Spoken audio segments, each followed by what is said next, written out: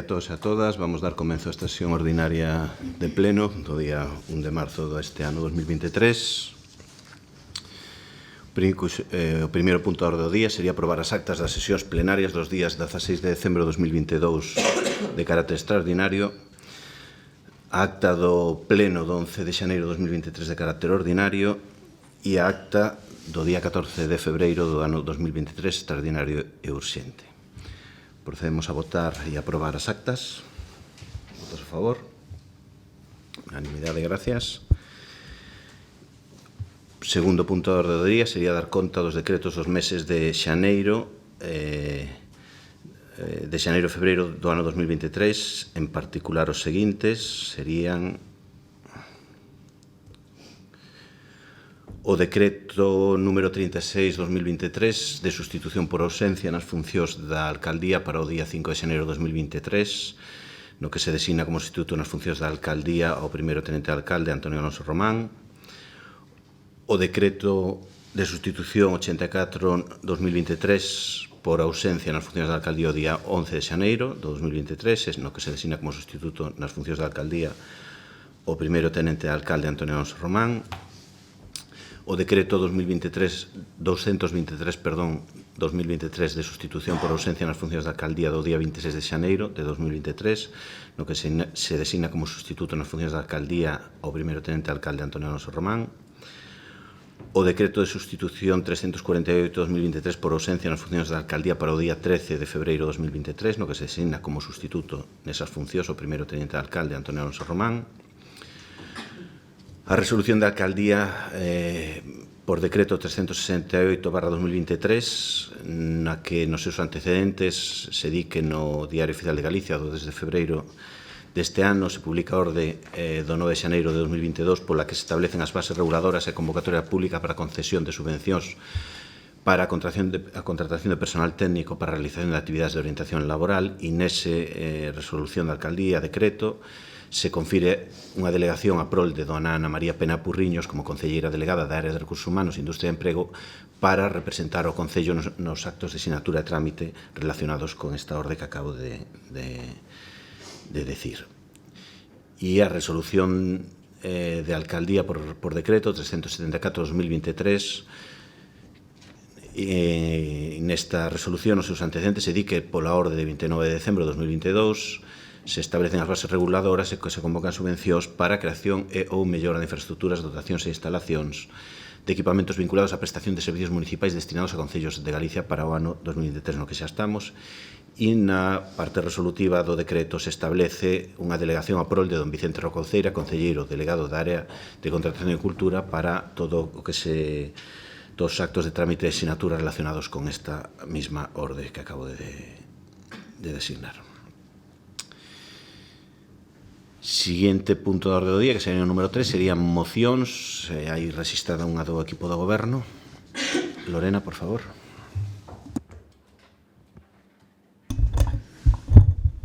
Bo día.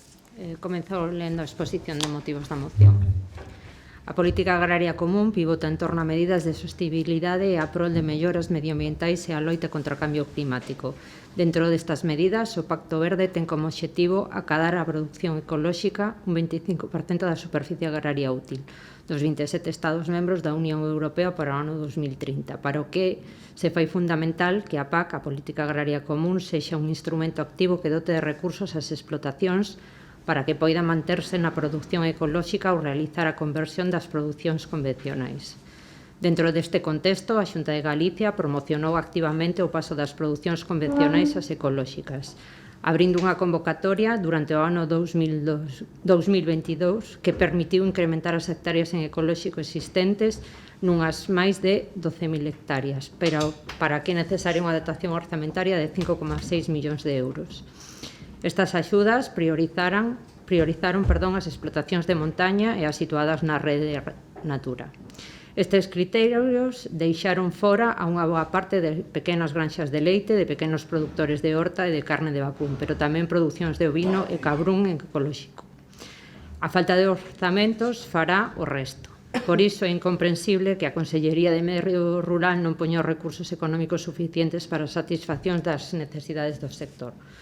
O éxito da convocatoria era previsible, dado que as axudas á produción ecolóxica poderían supor unha garantía para a supervivencia das granxas, polo que a situación tórnase máis grave aínda e denota unha falta de visión sobre as consecuencias de deixar fora das axudas a un 43% das hectáreas solicitantes. Esta ausencia de axudas á produción ecolóxica pode supoñer e supón un risco de peche para moitas granxas.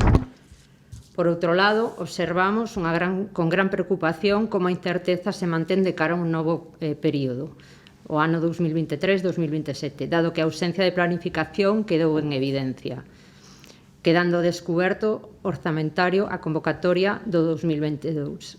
Ademais, a PAC pretende no horizonte 2030 que a produción ecolóxica en Galicia acade o 25%. En Galicia só estamos no 5%, moi lonxe dos que nos solicitan desde a Unión Europea.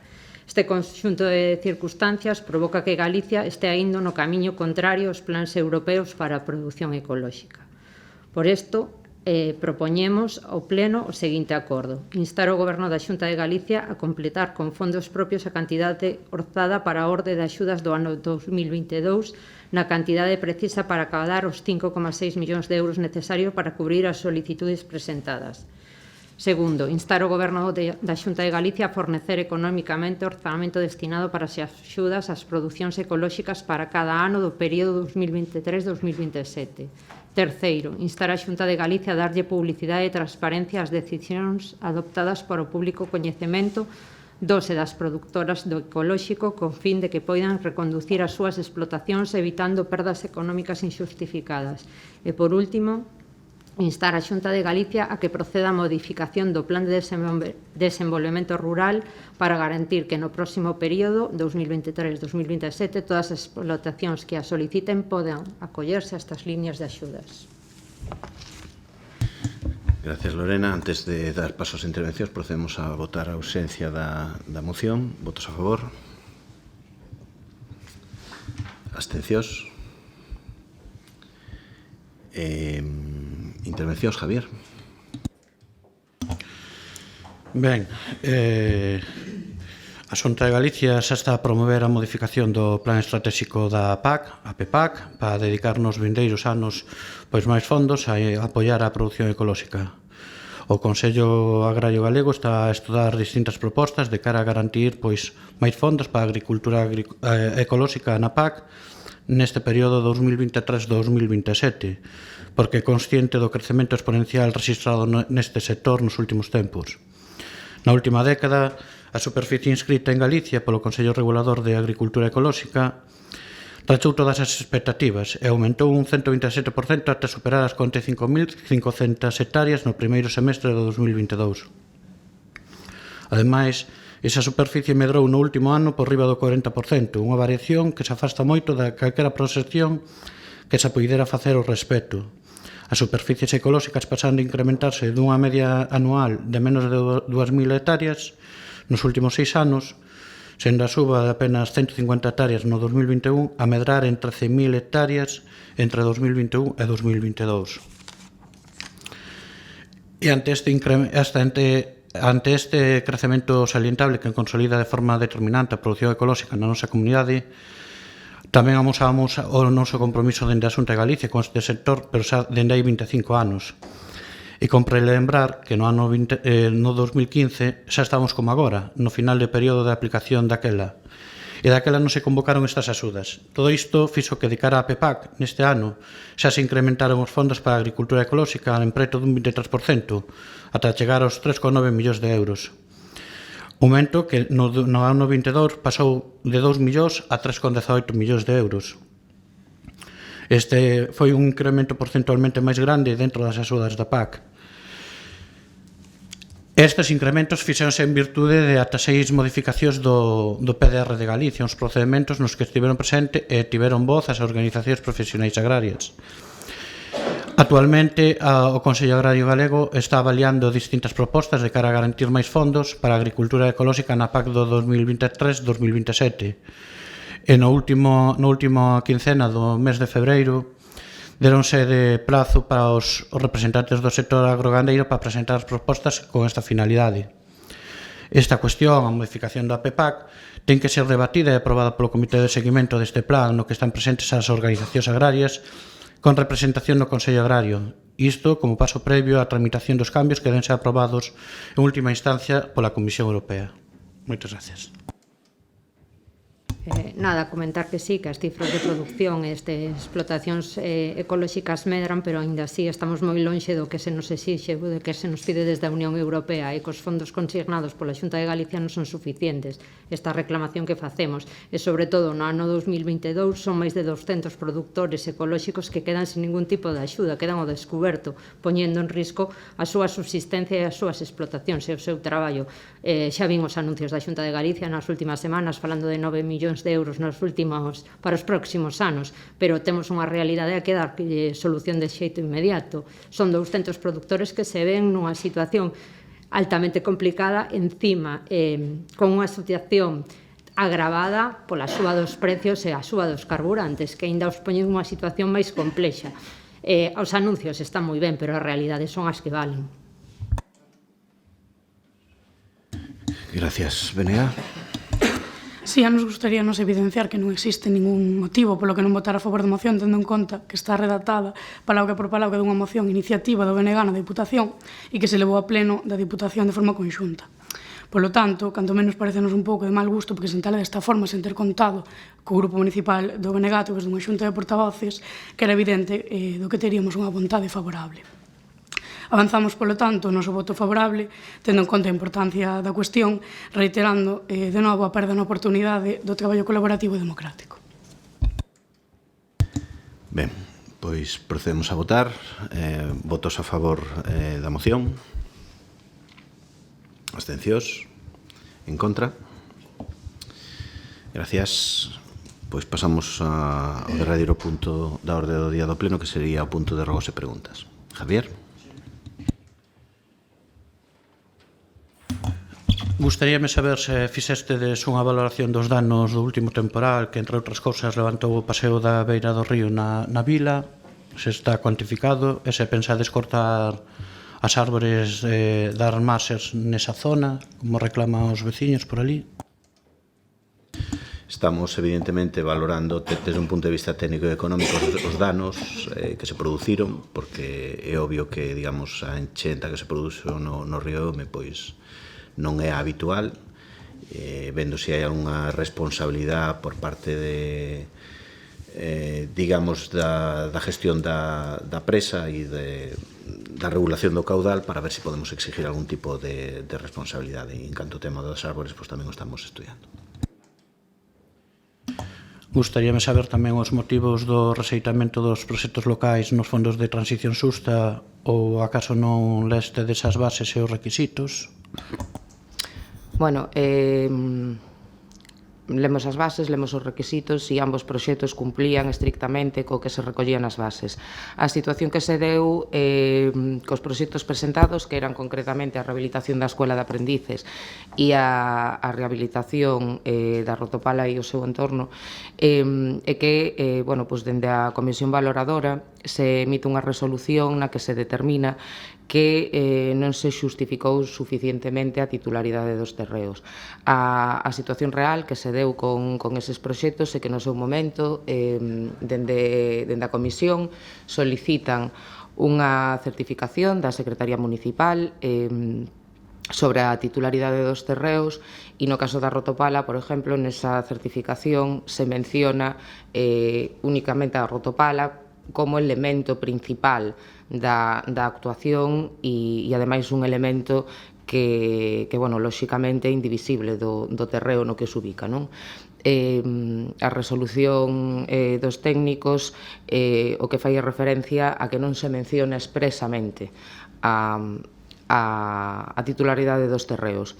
No caso da Escola de Aprendices, bueno, sabedes que hai un convenio que está firmado dende o 2016, onde Endesa se compromete a cesión dos terreos entre os que están incluídos, de determinados terreos entre os que están incluídos a Escola de Aprendices e os terreos anexos, e neste caso, pois, entenden tamén que non está debidamente xustificado. Lóxicamente, como decía, en ambos casos, recursos cumplimos estrictamente coas bases, tanto na parte do convenio que aparecía recollido expresamente que sería a titularidade dos terreos ou un convenio de cesión, como no caso da Rotopala, a máis inri todavía porque temos a titularidade e a escritura, co cal presentamos as correspondentes alegacións ás dúas resolucións o pasado xoves, que era cando finalizaba o prazo, e agora estamos á espera da resposta. E hai posibilidade de acadar cartos así despois destas alegacións ou... Como non te entendo? Si, Digo, aquí hai posibilidade de que finalmente os proxectos lóxicamente unha resolución provisional, nos presentamos as alegacións correspondentes e agora temos que esperar a que finalice o procedimento. Si é verdad que tamén nos comentaron, aínda que, como digo, presentamos as alegacións porque entendemos que é injusto, cumplimos sobradamente coas bases, que desde o Ministerio o día seguinte de emitir esta resolución se puxo en marcha unha nova liña de 25 millóns de euros de axudas, porque, entendían que había varios proxectos que podían ser excluídos e que resultaban moi interesantes. Nos lóxicamente, se non fora o caso de que a resolución fose favorable, estes proxectos se volverían a presentar a esa liña, pero, como digo, estamos en período de alegacións, entendemos que cumplimos sobradamente coas exixencias, como che decía, que no caso da Rotopala hai unha escritura, quero decir, non existe ningún tipo de dúbida da titularidade, e agora, temos que esperar. En prensa saiu a posibilidade de que viñera unha fábrica de amoníaco para as Pontes. Hai algunha ubicación, unha posible ubicación? Hai conversas con a empresa? Sí, se está mirando algunhas zonas entre as que se atopa Penapurreira. Eles teñen xa un local asignado en Seara, está en fase de estudio e a partir de aí iremos informando da evolución. En canto ao pabillón municipal, se sabe algo de para cando vai ser a súa apertura, que lle falta ahora para poder abrir? Si, bo día. Pois vamos a ver, como sabedes todos, xa fai tempo que se iniciou a obra de remodelación do pabillón municipal por eficiencia enerxética. Cambiouse o que a fachada, cambiouse o que a cuberta, cambiouse son os pavimentos, o pavimento do campo de xogo do pabellón, cambiouse a parte do gimnasio, eso era todo o que entraba por esa subvención, non? Despois quedaban algúns retoques, aproveitando que o pabellón necesitaba algún mau de pintura, cambiamos sanitarios, cambiamos a parte da carpintería, vamos cambiar duchas, fluxómetros, alicatados, estamos recuperando algúns alicatados que estaban dañados, e eso levou tempo, mas en breves temos pendiente unha reunión esta semana ca constructora, esas pequenas deficiencias que eles mesmos xeraron, esperemos que nesta reunión saian xa pa diante, coa boa vontade de todos, e podamos utilizar esta instalación o máis preto posible. A semana pasada saía en prensa a firma dun convenio para un plan contra o absentismo escolar na ESO. Nos podedes informar un poquinho máis en que consiste, a previsión de participantes, quen elixe os alumnos? Si ese convenio está dentro do programa de reforzo educativo, había, digamos, unha demanda por parte dos centros educativos dese alumnado asentista, normalmente iba ao programa de reforzo, pero non resultaba positivo.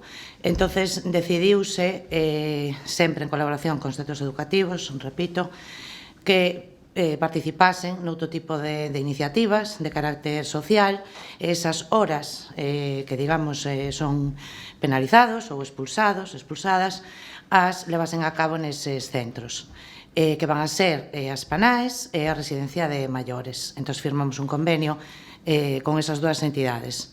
o Concello, digamos, como responsable do programa de atención educativa, centros educativos e as dúas entidades. Quen vai a seleccionar o alumnado? Os centros educativos e o personal do propio programa, as técnicas. Xa comenzamos, sí, digamos, os convenios, e de momento está resultando positivo. Vamos ir valorando, incluso podendo ampliar outro tipo de propostas para que se poidan incluir. E por último, unha última pregunta. Tedes previsto quitar o tema de cita previa no rexistro, como se está a solicitar no resto do Estado? De momento non o temos contemplado porque está funcionando moi ben, estamos conseguindo que haxa axilidade no rexistro, a xente ven, non ten que esperar, é unha forma de funcionar bastante práctica. De momento non está no corto plazo previsto, pero bueno, en función de como vai evolucionando, pero xa che digo, permítenos ter o servicio desconxestionado, ben organizado, que a xente non teña que esperar, en este momento ten máis ventaxas que inconvenientes. Menega? Sí, nos tínhamos unha serie de preguntas con respecto aos decretos. No decreto de xaneiro, xa viñamos denunciando as anomalías na atención da oficina de Viacua, particularmente sobre a atención telefónica automática para dar de alta un servizo, e que, esta atención é complexa xa que a máquina solicita un número de expediente incluso antes de terse iniciado. Entón, se ben sí que existe unha posibilidade de atención presencial, é canto menos un pouco ridícula de 9 a 11, tal e como indicades incluso no mesmo decreto para realizar o pago das liquidacións. Non sei se se fixo algo desde o goberno municipal, se se ten previsto facer algo con respecto a isto. Estamos en conversas coa concesionaria do servicio para que cumpla íntegra exactamente o contrato.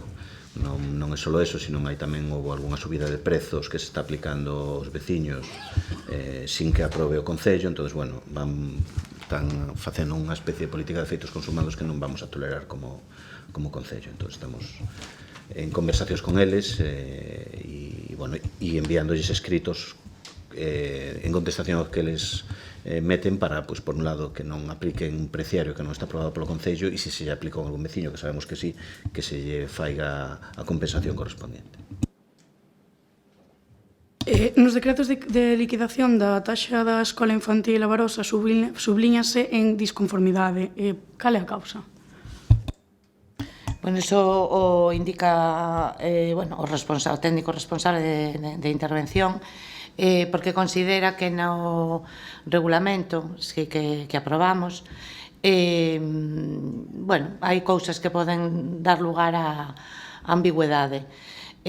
Vamos a intentar modificalas, como recordades o aprobamos esas novas tasas no mes de setembro, adaptándonos ao que nos exixía a Xunta de Galicia.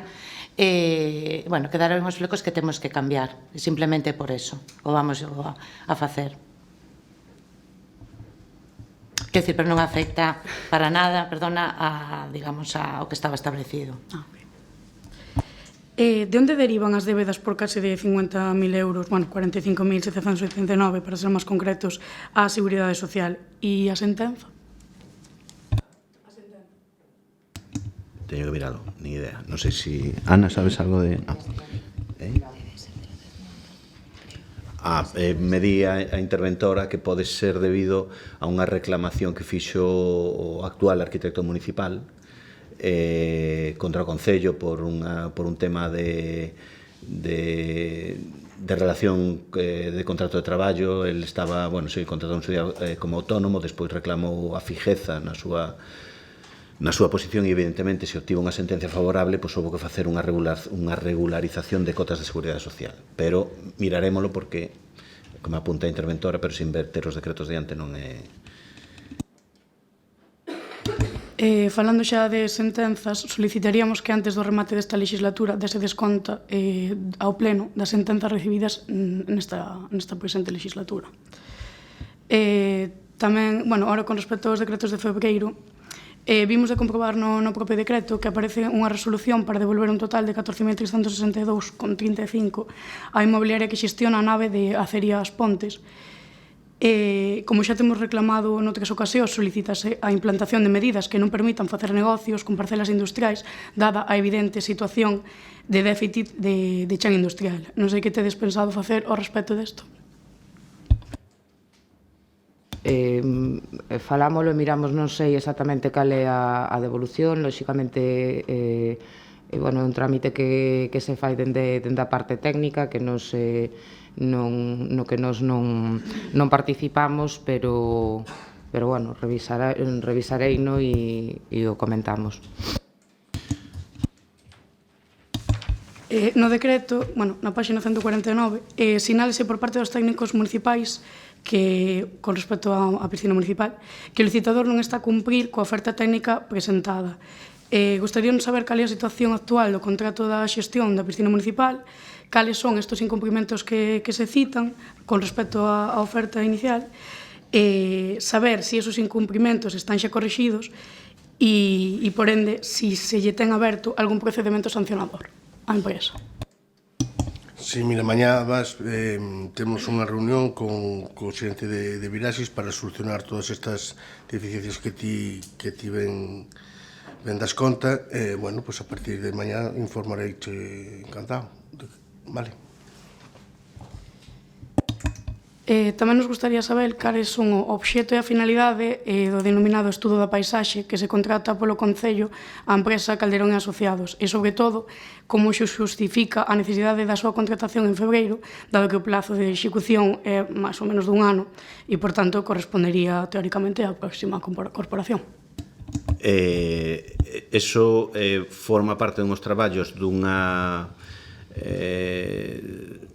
digamos, a Lei do Solo no seu artigo 90.2, se non recordo mal, establece que as edificacións non conformes previas ás normas subsidiarias que temos en vigor é competencia do Concello a súa regulación. É dicir, ahora mesmo non hai regulación, na antigua Lei do Solo había dúas categorías que era fora de ordenación total e fora de ordenación parcial. Ahora, e tiñan, evidentemente, unha normativa que a propia lei establecía que o que se podía facer con ese tipo de edificacións, se tiñan que ser demolidas ou tiñan que ser, ou se podían manter en conservar, etc. Ahora, digamos, a Lei do Solo do ano 16 deriva esa competencia ao Concello e é obligación do Concello regular a situación desas edificacións, que é o que se está facendo con unha modificación puntual.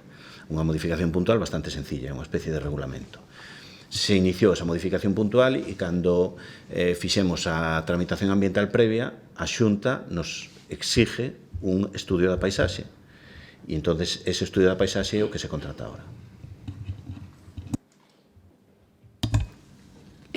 Tamén nos gustaría saber cal é o contido do informe de necesidade de contratación que se indica para a freixoeira da Feira do Greo. Bueno, en realidad é filloeira, xa que é del Estedo, a nosa non sabemos onde está, que sería a freixoeira. Como? Perdón, repite que non... Que digo, que nos gustaría saber cal é o contido do... Existe un informe de necesidade que se indica no propio decreto, gustaríanos saber o contido. Que vos lo faciliten, porque me imagino que o faría o... me enseña a área de turismo, a área de cultura, entonces, bueno, que vos lo faciliten, dentro do expediente estará e que vos lo faciliten. E, bueno, xa para rematar co decreto de febreiro, queríamos saber se sería posible dispoñer dunha copia da proposta que se fai desde Estratega, da empresa Estratega, para a contratación do servizo de consultoría para a estimación de impacto económico de eventos organizados a nivel municipal e propostas de mellora. E tamén, de novo, tendo en conta que o prazo de execución é de 5 meses, como xustifica a necesidade de traelo agora. Bueno, se non sei se copia, pero se non tedes acceso ao expediente sin ningún problema, daremos, ou a concelleira da área pois dará orde para que se vos facilite e un día e unha hora para que podades consultar, como calquera outro expediente.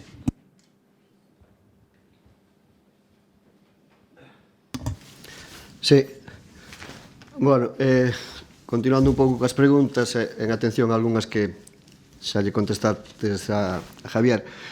Votamos de menos tamén unha xunta de portavoces para tratar o tema das inundacións das que xa se falou e incluso tamén para tratar o tema desa vaga de atracos que parece que se cebaron con este Concello.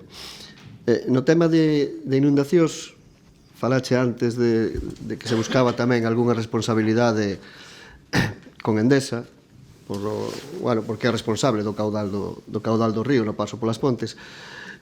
Queríamos saber se hai algún protocolo de actuación nun caso extremo como este, como teñen que facer cara á aliviación da acumulación de auga no pantano, non? E se tamén saber ao caso se vai a repoñer a ponte da Fraca que se levou ao río. Ben, en canto ás xuntas de portavoces, se fan cando se entende que é necesario, pero tamén se poden solicitar, é dicir, vosotros estades no voso dereito de dicir, oye, pois solicitamos unha xunta de portavoces para tratar, non, quero dicir, se entendedes que hai algún tema que é imperativo, pois o solicitades ou chamades e non temos nosotros ningún problema en facer calquera xuntanza ou comisión para falar entre todos e informar, nunca o tuemos nin o teremos. En canto ao tema da suposta inseguridade, pois evidentemente a Mesa Local de Seguridade se reúne con frecuencia. E nesa Mesa Local de Seguridade sabes que está representado o alcalde, o concelleiro do ramo, a Guardia Civil, a Policía Local, Protección Civil, a Xunta, en fin, todos os actores que influyen nesa área, pois están representados e se reúne con relativa frecuencia. E evidentemente, se queredes información sobre todo eso e o que se trata, pois tamén estades no voso dereito de pedila e obtela, evidentemente. En canto ao tema de protocolos de inundacións, evidentemente a Endesa como reguladora do caudal do Eume nas instalacións tanto da Ribeira como da Capela, pois hai unha serie de protocolos de actuación que están dos cales no Concello temos copia e además sabes que se está implantando, aínda que vai con certo atraso por mor da pandemia, o plan por si que non vai ocurrir, pero ten que estar previsto se algún día puidera colapsar a presa e houbera, evidentemente, unha inundación catastrófica no casco urbano. Sabes que se estableceron unha serie de instalacións de sirenas que hai no pantano, hai no pueblo, hai na central, hai augas abaixo. Todo eso, desde a Dirección Xeral de Protección Civil e Emergencias, contactaron comigo haberá 2 semanas para retomar todo eso, porque eso requiere de un plan de formación á poboación para establecer as áreas de inundación en función dos 3 escenarios catastróficos que se puderan dar, teóricamente, pero que evidentemente as probabilidades de que pasen son remotísimas, pero evidentemente, cando hai unha instalación, hai que estar preparados para o peor, pois evidentemente hai que formar aos veciños e hai que facer, cando menos unha vez no ano, un simulacro de evacuación. Haberá que establecer unha serie de zonas onde os veciños deberían de acudir en cando escoiten as sirenas e saber que facer. Todo eso, xa digo, non depende de nosotros, depende da Dirección Xeral de Protección Civil e Emerxencias da Xunta de Galicia e estamos á súa disposición para seguir avanzando nesa cuestión. Perdón, bo día. Para aclarar un pouquiño que preguntabas da vaga de atracos que nos pasaba no pueblo, están totalmente identificados. O sábado pasado houve un roubo no Punto Limpo e gracias ás forzas de seguridade detúvose os que fixeron e agora mesmo a Guardia Civil ten a todas as persoas que tuveron incidentes de atracos no pueblo ten os todos identificados.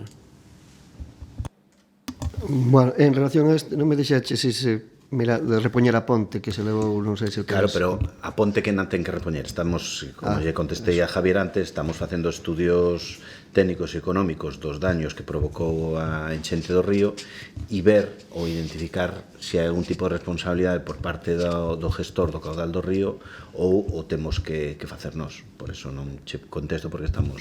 Bueno, de todas formas, agradezco as declaracións e para outra vez solicitaremos nós a Xunta de Portavoces para que se nos para adiantar máis o traballo do Pleno. Con todo isto, cando se cubrirá a plaza de mobilidade horizontal de municipales que tedes solicitado, se sabedes? A ver, non sabemos o plazo exacto, esa vai a ser a que se cubra de xeito máis inminente sempre cando haiba candidatos. Esa plaza se saca, a través dun procedimento distinto, obviamente, e os posibles interesados teñen que apuntarse. O consultamos por si se dera o caso de que eses interesados non existisen, cal sería o procedimento que teríamos que seguir e o que nos din é que se iso fose así, a plaza se podería sacar de xeito libre, igual que as outras dúas.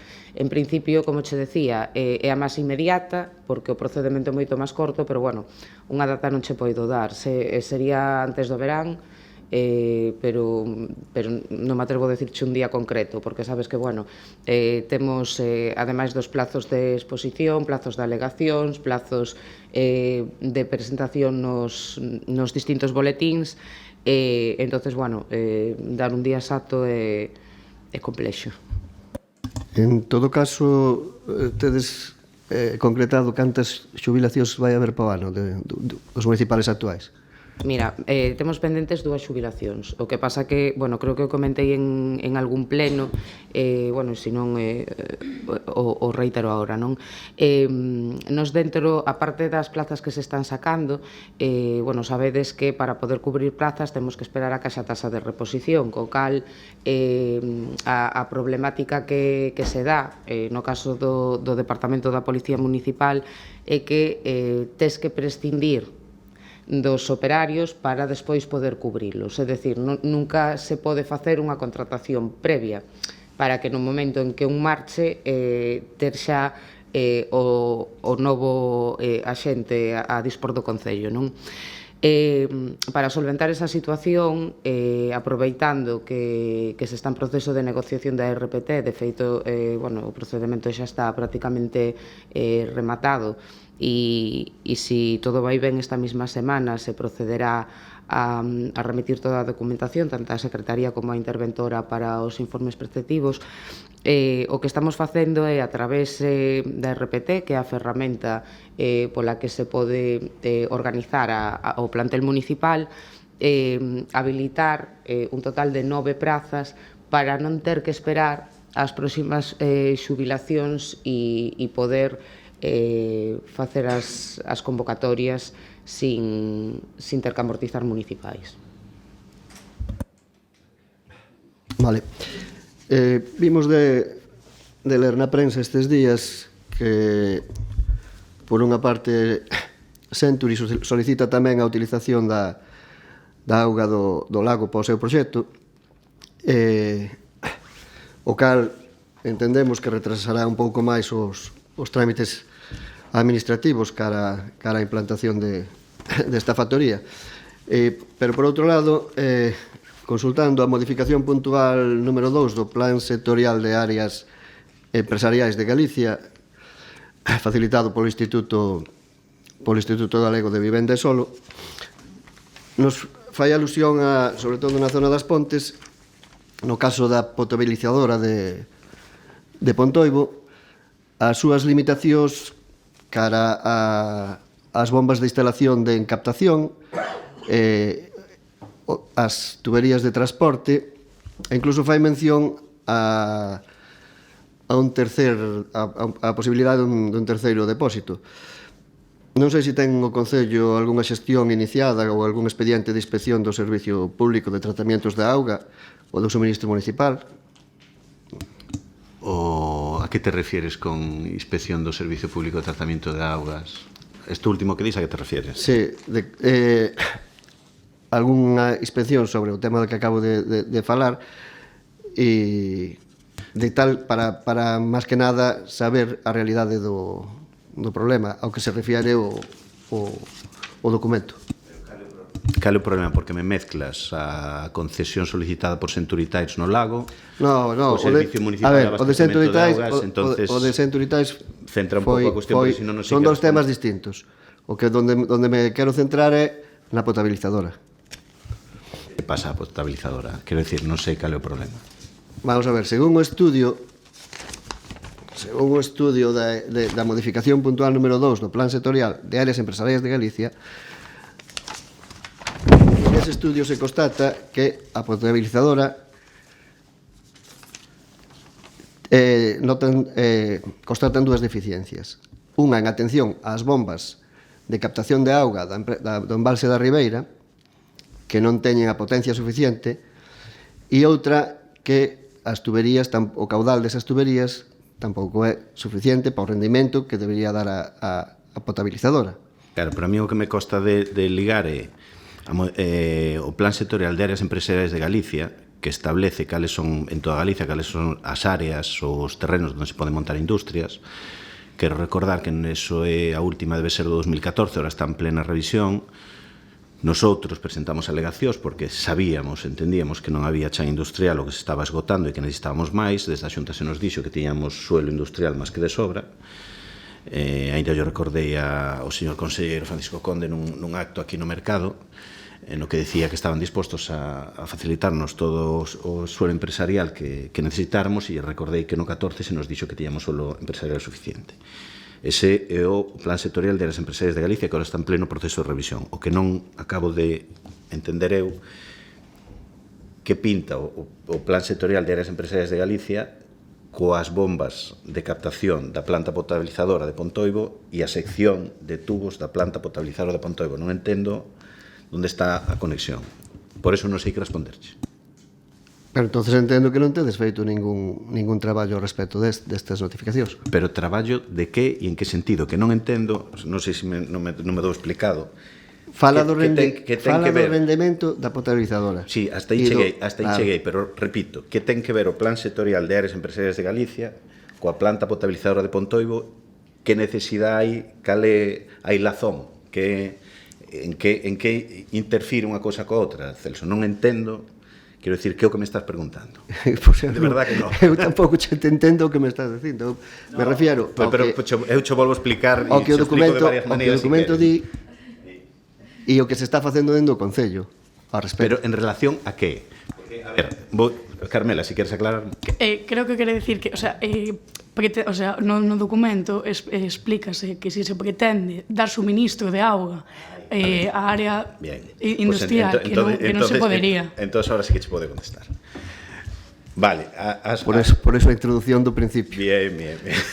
Pero bueno, pensei que se sobreentendía eso. Vou a facer varias aclaracións. Vale. A planta potabilizadora e as bombas e a sección de tubo non teñen o máis mínimo problema e están diseñadas por o servizo que teñen que dar, que é o casco urbano e o que hai nas pontes ahora mismo.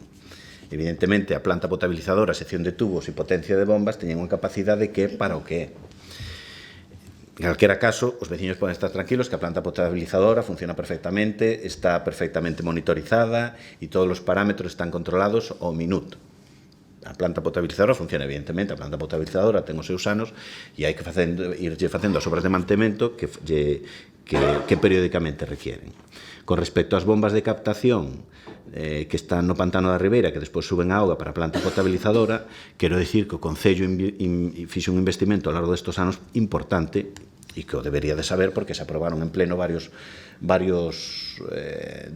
partidas económicas para cometer os traballos. As bombas se cambiaron, antes eran de velocidade fija, co cal, independentemente da columna de agua, sempre estaban traballando a máxima potencia, o cal generaba un consumo energético brutal para o Concello das Pontes, e agora hai unhas bombas novas de velocidade variable que o que fan é, en función da columna de auga, pois regulan a potencia e, polo tanto, o gasto energético moito menor. Ademais de instalar unhas baterías de condensadores que eliminan o problema de reactiva, que tamén nos penalizaba bastante, entón todo eso está solucionado.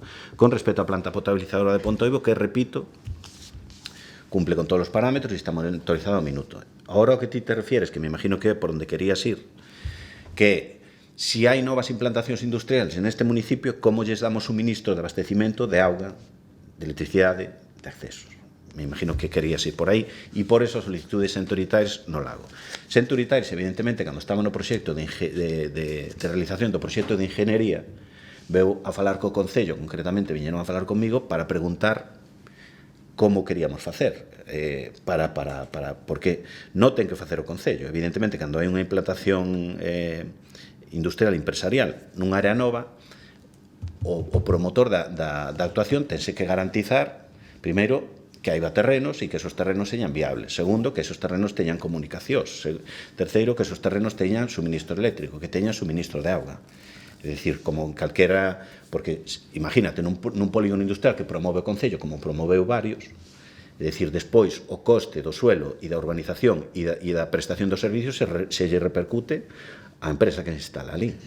Neste caso, si promove a propia empresa nuns terrenos particulares, como é o caso, nun acordo que chega con Endesa, nuns terrenos de Endesa, é a promotora que ten que asegurarse de generar todos esos servicios. Entonces, evidentemente, esos servicios ven a falar co Concello. No caso da suministro eléctrico, pois ten uns contratos con, pois me imagino que con Endesa para suministrarse energía, perfecto, o Concello non ten nada que decir. Os accesos, pois no seu proxecto que está presentando como proxecto de interés autonómico diante da Xunta, pois terá que asegurar que a parcela ten uns accesos adecuados. E na auga, evidentemente, ven a falar co Concello.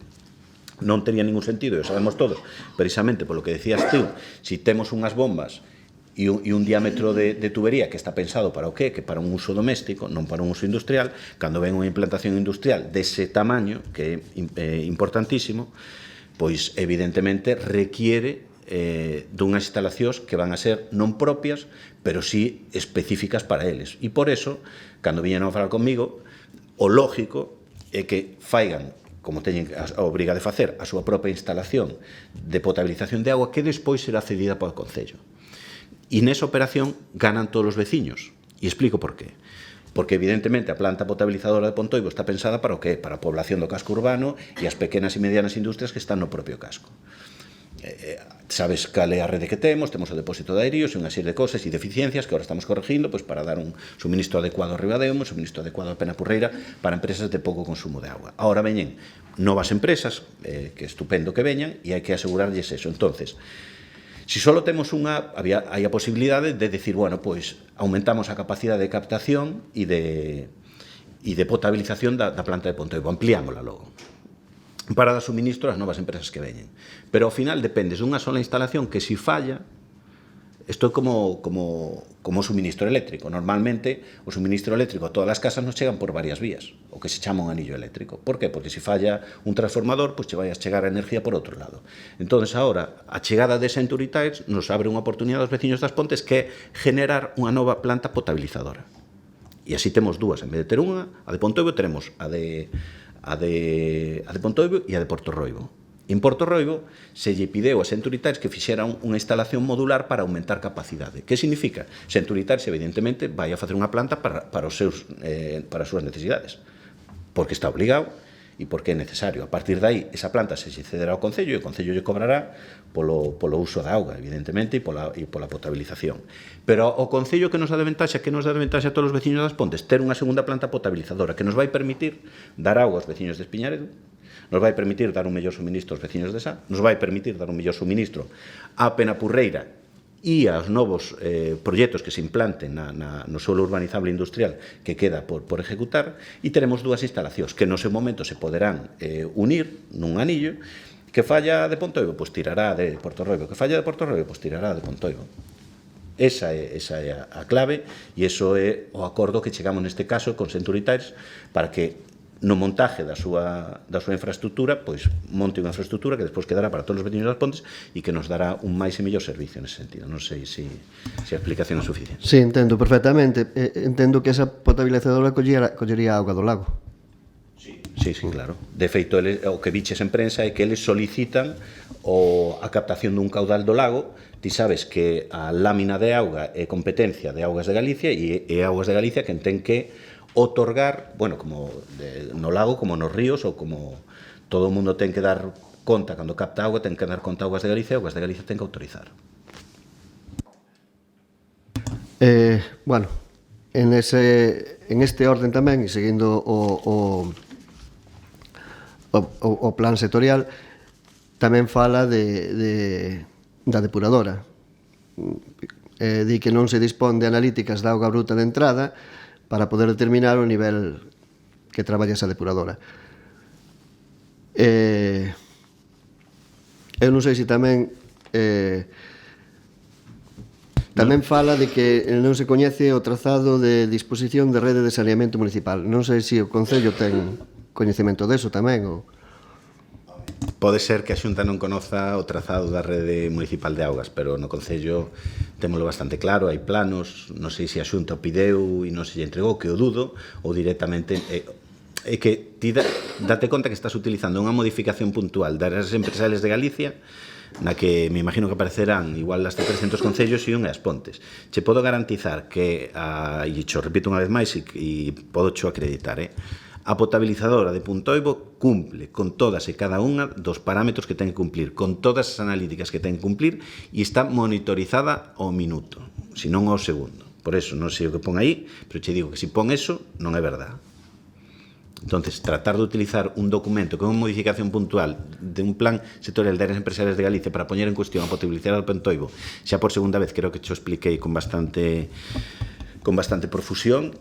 Sí, non sei o que pon aí, pero xa che digo que non é... Se o que pretendes decir é que non se están facendo analíticas na potabilizadora ou que non cumple algún tipo de parámetro... Non estou falando da política... Que ni de broma. Ahora estou falando no mesmo xeito, pero da depuradora. Da depuradora. Non da potabilizadora. A depuradora está monitorizada tamén e cumple parámetros, cada mes se pasan, pode haber, pois un día está un pouco alto o fósforo, outro día pois falla unha lámpara ultravioleta e cambiala, quero decir, máis alado que o funcionamiento ordinario da planta depuradora, a depuradora está funcionando a un 50% da súa capacidade ahora mismo. Está diseñada para 20.000 habitantes equivalentes. E agora temos a mitad, é dicir, está funcionando o 50%, co cal é unha instalación que afortunadamente se fixo sobredimensionada, sabendo que as Pontes, pois evidentemente somos un pobo industrial, que cos proxectos que van vindo, pois vamos a crecer en población e en actividade, e polo tanto se sobredimensionou pensando neso. Tamén che digo, pode ser que veña un proxecto industrial tan grande que non poida verter a depuradora. É o mesmo caso que falábamos agora de Centuritas. Sí, por eso que ven un proxecto industrial que non pode verter a depuradora, porque a depuradora pode ser dúas cousas. A depuradora está pensada para residuos domésticos, non para residuos industriais. Entonces, o que ti podes verter a rede municipal está moi constreñido por unha serie de parámetros que todos, ti, eu e calquera empresa que veña, temos que cumplir a hora de verter a rede. Entonces, as empresas que veñan, primeiro, teñen que ver si por capacidade e por tipo de residuo poden verter a depuradora. Pero tamén é moi sencillo. As empresas que veñan, se non poden verter a depuradora, terán que depurar os seus propios residuos. É dicir, que xa hai algunhas empresas aquí que teñen as propias plantas de pretratamento ou de tratamento completo antes de verter a rede. Unhas non verten a rede porque non poden e outras, se non cumplen parámetros, teñen que facer un pretratamento. Eso é sencillísimo. Entonces, as empresas que veñan, pois unhas podrán verter a rede se teñen unhos residuos equivalentes aos domésticos e se son residuos industriais terán que facer o seu propio tratamento ou pretratamento. Cando entrou a funcionar a depuradora? E máis en que ano se fixo do Concello? Non me fallas caso, falo de memoria, creo que no 2016, creo. En que ano se fixo cargo o Concello ou siga a empresa? Estou falando, creo que no 2016. Creo, pero no ahora estou falando de memoria. Tería que verificar. Pero xa che digo, a empresa Espina de Fin, que foi a mesma que fixo a obra e que tiña un ano de digamos de operación da planta sin coste, é quen sigue facendo a operación da planta e ten uns controles marcados por lei moi estritos que ten que facer internamente, é dicir, aquí veñen químicos e biólogos casi cada semana a tomar mostras, pero aparte veñen auditoras externas da Xunta a controlar que se están facendo ben as cosas. Quero dicir que son instalacións que non pasan desapercibidas no seu funcionamento, sino que están moi auditadas tanto interna como externamente, e nese sentido os veciños poden estar tranquilos. Pasa o mesmo, tanto é o que se chama o ciclo da auga. O ciclo da auga completo está moi polo seu importancia como servicio público, tanto na captación como despois no vertido na volta das augas aos ríos están moi... Son cuestións moi auditadas, e nese sentido os veciños poden estar tranquilos. Ben, entendo entonces que ahora mismo está a Espina e Delfín a contratada para... Sabes que esa planta ejecutou a Xunta de Galicia, apagou a Xunta de Galicia e contratou a empresa Espina e Delfín, que dentro da súa oferta para construir tiña un ano de operación da planta. Nosotros estamos preparando un contrato que colla todo o ciclo da auga. Sabes que Viaco acaba o seu contrato no ano 2027 e a nosa idea é facer o ciclo da auga completo, é dicir, sacar un contrato de prestación de servicio público que colla todo o ciclo da auga desde a captación no río Eume, na presa da Ribeira, hasta o residuo da auga que se bota outra vez ao río Eume, todo ese ciclo que teña un solo contrato. Amén dos bombeos e toda a serie de instalacións que temos no Concello das Pontes. Creo que é un contrato importante e que é moi interesante para os veciños o poder sacarlo canto antes. Ben, temos outro tema que é no poblado das Veigas, para facer un pouco de seguimento da obra, para saber como se están controlando, máis que nada porque notamos algunha deficiencia que nos parece a nós. No caso, por exemplo, das acometidas das baixadas que recollen as augas pluviais, tanto no conservatorio ou incluso no hospitalillo, xa que van a quedar propiedade do Concello, queríamos saber un pouco por que non se utilizan, que non haxa que facer obra despois para recoller esas pluviales. Non sei se tedes controlado. Sí, nosotros, a ver, esa obra sabes que está nun ámbito privado que a promove a empresa Endesa e paga esa obra. Cando esa obra está rematada ten a peculiaridade que recibirá o Concello porque se está actuando nuns ámbitos como son os viarios, as zonas verdes, os equipamentos e todo tipo de servicios, é dicir, a obra que está facendo foi unha exigencia do Concello para poder recibir os poblados e, como explicamos en innumerables ocasións, que non pase o que pasou en tempos anteriores, cando se recibiron o resto dos poblados, que non se exigeu a propiedade que era Endesa antes de pasarlle ao municipio que renovar os servicios. Sabes que eso nos costou a todos os veciños das Pontes varios millóns de euros, porque tuvemos que ir facendo nosotros ao largo dos anos, tanto nos poblados da Fraga, do Barreiro, da Madalena e do Muiño. Estuvemos facendo durante anos obras que tiña que ter feito Endesa porque naquela época se fixo para nosotros unha mala gestión que foi recibir os poblados sin exigirlle a propiedade a actualización dos servicios. Entón, eso nos costou caro. Como a nosotros nos tocaba recibir o poblado das Veigas, estuvemos durante anos negociando para que eso non se repetira e que as obras foran a costa da propiedade, porque recibir un poblado que despois as obras ahora mismo pues, estaban orzamentadas en 5 millóns de euros, pero coa subida do preciario igual van no doble. Pues imagínate que os veciños das Pontes tuveramos que desembolsar 10 millóns de euros para recibir unha urbanización que é privada. Pois eso pasou neste Concello e non queremos que volva a pasar. Entón, exigimos a Endesa que fixera esa obra antes de recibir todos os veciños das Pontes as zonas comunes. Venxeñan os equipamentos deportivos, os viarios, as zonas verdes e todas esas servicios comuns que vamos a recibir. Entón, evidentemente, se aprobou un proxecto, se aprobou unha modificación puntual de normas, se aprobou un proxecto en base a esa modificación puntual de normas, todo eso se aprobou aquí neste salón de plenos e se expuxo ao público. Ahora, eso, Endesa contratou a obra e está promovendo a obra e nosotros o que estamos facendo unha supervisión técnica, hai un técnico contratado polo municipio para que faiga un seguimento diario de que esa obra se está ejecutando según proxecto, porque senón o día de mañá, cando eu o que este aquí teña que recibir a obra, dirá, oye, e isto como está? Porque claro, o que se ve, pero o que está baixo terra, pois o mellor non. Entón está facendo un seguimento regular da obra, que sabemos que non se está ejecutando baixo o meu punto de vista como se debera, e os veciños están sufrindo determinados inconvenientes, e os veciños saben, porque prácticamente todos falaron comigo, porque eu me paso 2 ou 3 veces por semana pola obra e falo con todos e todos me trasladan os inconvenientes que se está generando, pois estamos tratando de que a obra, sobre todo en lo que respecta ao que vai ser público, que vai ser todos os veciños das Pontes, pois se faga xeitadamente. Pois eso que dis tú, un detalle que non é menor que o tema da recollida das augas pluviales, sobre todo dos edificios públicos, dos edificios que serán públicos en non moito tempo, pois estamos mirando que queden os entróns feitos efectivamente e que non teña que volver a levantarse o pouco de facer a obra. Todos esos detalles estamos facendo un seguimento. De todas formas, se tes algún detalle que se nos escape, pois te agradezo que nos lo traslades, igual que estamos en contacto coa Asociación de Veciños da Zona para que nos trasladen todos os inconvenientes que pode haber e tratar de corregilos ahora e que non seña despois.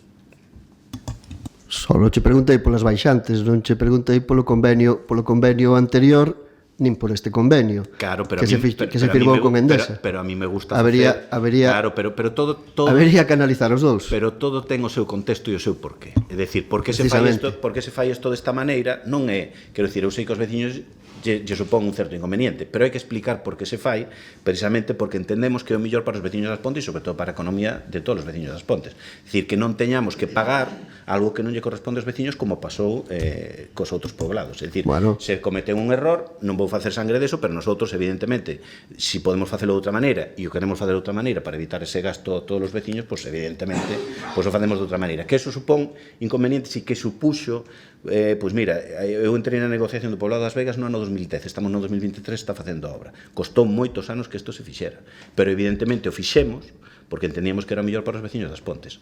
Que hai inconvenientes agora na ejecución da obra para os veciños? Evidentemente, pero ao final tamén se fai para que esos veciños teñen o mismo dereito que o resto de traballadores de Endesa que accederon á propiedade das súas vivendas, pois para que eles podan acceder á propiedade, nosotros puxemos como requisito indispensable que o que vai ser público se poña ao día e o pague, que non ten que pagar que Endesa e non o resto dos veciños de As Pontes. Por eso o puxe en contexto, porque hai que saber como se fixeron as cousas nun momento e como se están facendo agora e por que se tardou tanto en facer isto, non por nada máis. Bueno, de errores de convenios xa falaremos máis adiante, porque atrás puido haber errores, pero tamén houve acertos. Outra cousa do que me distí de se vemos algunha anomalía, falando do tema dos viales, que son bastante estreitos, incluso hainos de dirección, digamos, de un solo sentido, con dous sentidos. Tedes contemplado, por exemplo, ao ser os viales estreitos, como colocar os contedores de lixo? En canto ás direccións, no proxecto aparece unha suxestión de señalización e de circulación que está revisando o jefe da policía estes días.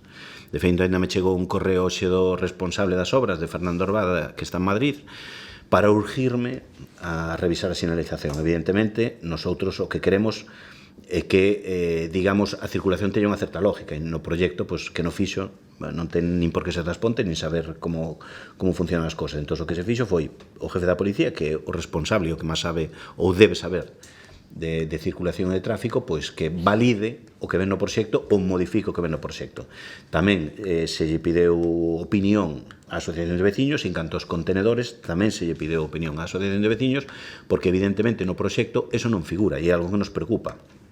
Que o que propoñemos nosotros? Pois que evidentemente en determinadas zonas, se ao final os veciños, a Asociación de Veciños nos apoia, que nos está apoiando moito, e nosotros a eles a hora de intercambiar información, pois a idea é que si técnicamente co sistema que temos agora de carga lateral se poden poñer os contenedores fora de zonas de tránsito ou fora de zonas de aparcamento, é dicir, por aclaralo, pois nunha zona verde ou nunha zona de equipamento fora do que é a beirarrúa, fora do que é a zona de circulación de vehículos, se pode poñer unha base de formigón onde se poden instalar ali os contenedores e que o camión de carga lateral pois poda, o sistema que ten pode sobrevoar por encima da beirarrúa e recoller os contenedores, é o sistema que vamos a propoñer nosotros. Pero repito, nosotros vamos a facer unha proposta porque non temos capacidade de dicir o que se vai facer na obra. É dicir, o proxecto está aprobado e Endesa pode decidir ejecutar o que está no proxecto. Hasta ahora temos unha boa interlocución e máis ou menos as suxestións que vamos facendo ou as gestións que vamos facendo para resolver determinados inconvenientes que se producen en todas as obras e nunha obra desta magnitude, que é un ámbito de 363.000 metros cuadrados habitado, pois evidentemente os inconvenientes son grandes, pero estamos tratando de resolver todas estas cuestións. Quero dicir que son explicativo para que vexas que estamos moi encima desa obra, porque nos preocupa, porque además hai moitos veciños afectados que están sufrindo os inconvenientes da obra e estamos a pé de obra para poder axudarles no que poidamos. Sí, dúas cousas máis no tema desto. Non sei se se contempla tamén un aparcamento pola zona da Escola Infantil Barosa, calquer tipo de aparcamento. Sí, mira, espera un momentiño, que así che digo xa a última, e tamén vemos que se están poñendo postes de madeira para servicios de comunicacións, non? E logo, eses postes de madeira... Home, os postes non se están poñendo, porque ti se ves os postes, algún terá 50 ou 60 anos, e se te fijas hai algún poste que ahora mismo está aglomerado, si te pos enfrente ao conservatorio e te metes por esta... Sí, xa os vin. Esos postes non se están poñendo, están ali e se fixo a obra ao redor deles. E che explico por qué. Claro, pero ese tendido irá...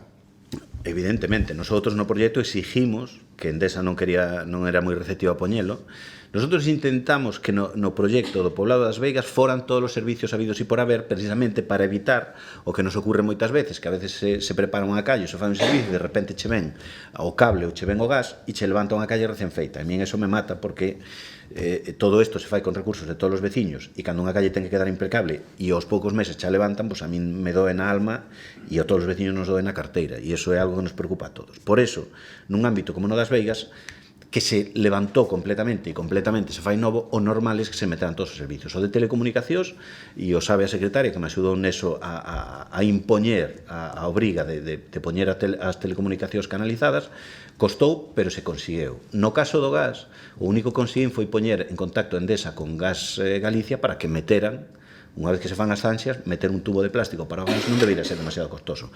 Non chegaron a un acordo.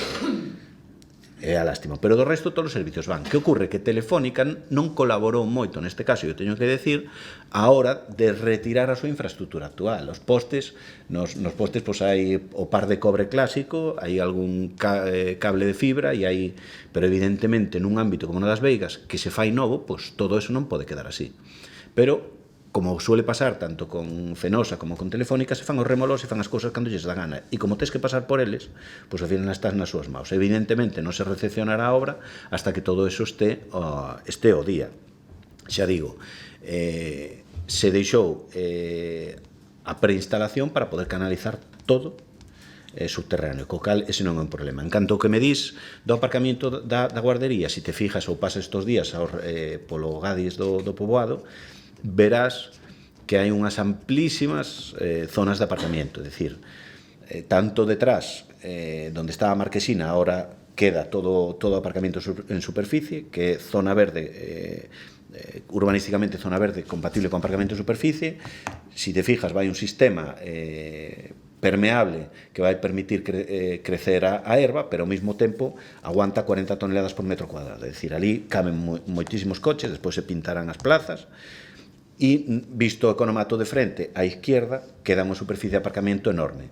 Ali no proxecto ven unha entrada para esa zona, pero non ven unha salida. Vais a facer unha salida cara á guardería para que os papás, cando chegan pola mañá, pois poidan entrar polo lado do economato, deixar ali o coche, levar a guardería, que está a 20 metros, e resolvemos o tema do aparcamento. Xa sabemos que finalmente todos o facemos igual, se un día chove, pois vamos a aparcar todos diante da guardería, vamos a montar un atasco monumental e deixar o neno, pero van a ser momentos puntuais.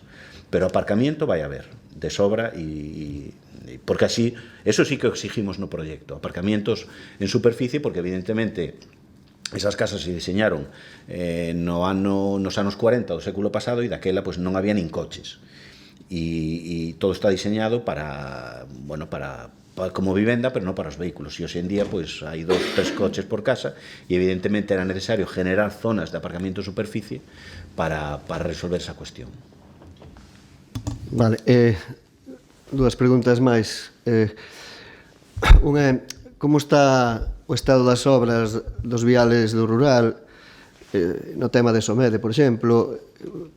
No último pleno se dixo aquí que se iban a empezar xa a cometer según parara de chover. Non sei como tense o tema.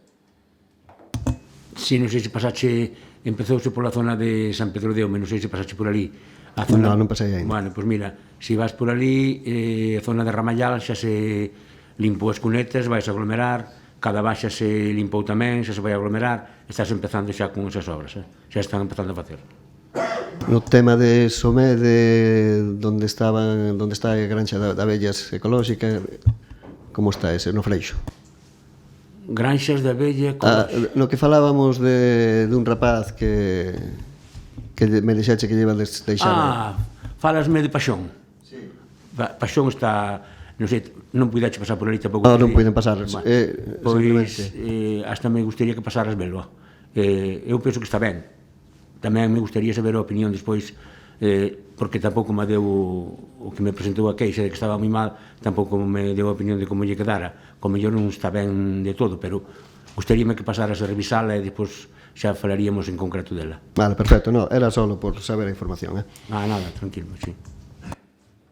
E, bueno, aproveitando que está hoxe o Concelleiro de Deportes, tamén facer fincapé un pouco na obra do Polideportivo Municipal, esas pequenas deficiencias que ten que solventar a empresa contratista, que deficiencias son, se sabe?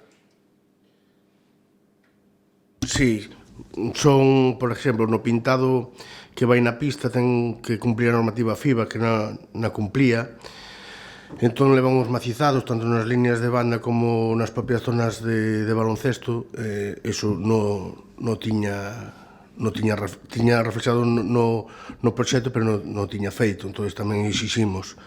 No gimnasio fixose actuación no pavimento do gimnasio, no suelo, quedou totalmente aislado, pero tamén a finalización do rodapié polas paredes quedou tamén sin facer, van non facer. Algunha bandexa que hai no que é a parte exterior da fachada do pabellón tamén quedaron cunha separación que non é correcta e tamén están subsanando. E a parte de climatización que hai unha parte que leva unha pantalla de control para encendela e apagala, tan sencillo como eso, e teñen que instalar. Influyen estas reformas ou este tipo de deficiencias na subvención que hai concedida? Non, teñen que cumplir.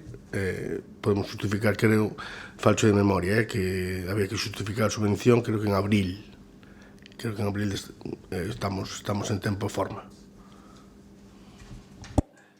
Vale, na pregunta que temos feita sobre o gasto ingreso do circuito de CARS, tedes algo avanzado?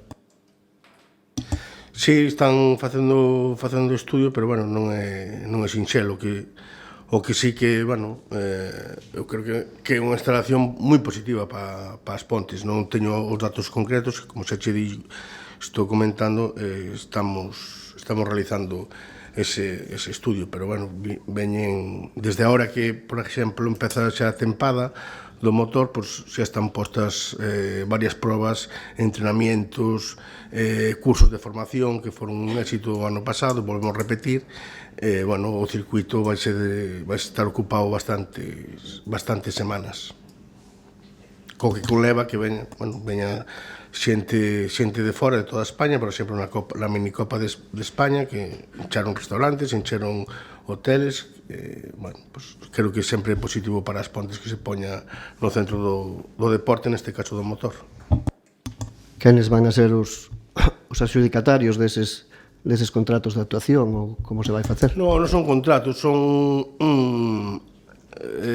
as propias federacións as que che piden unha colaboración, porque sí que é verdad que temos o mellor circuito de Galicia, sin duda, non dito por mí, sino dito polos propios usuarios e polas propias federacións, tanto de motociclismo como de automobilismo, e son os que nos piden esa colaboración, e nós, encantados de que nos pidan esa colaboración, que traigan cousas para aquí, sempre baixo o amparo deles.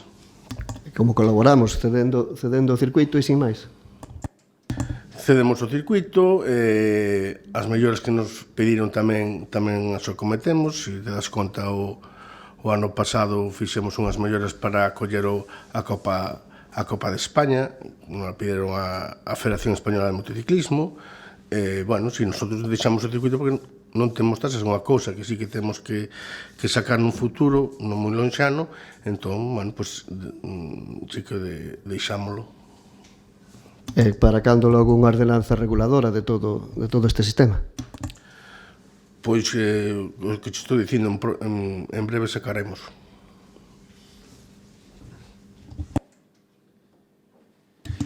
Ben, pois dou por rematado esta sesión ordinaria de pleno. Moitas gracias pola vosa asistencia e que teñades bo día.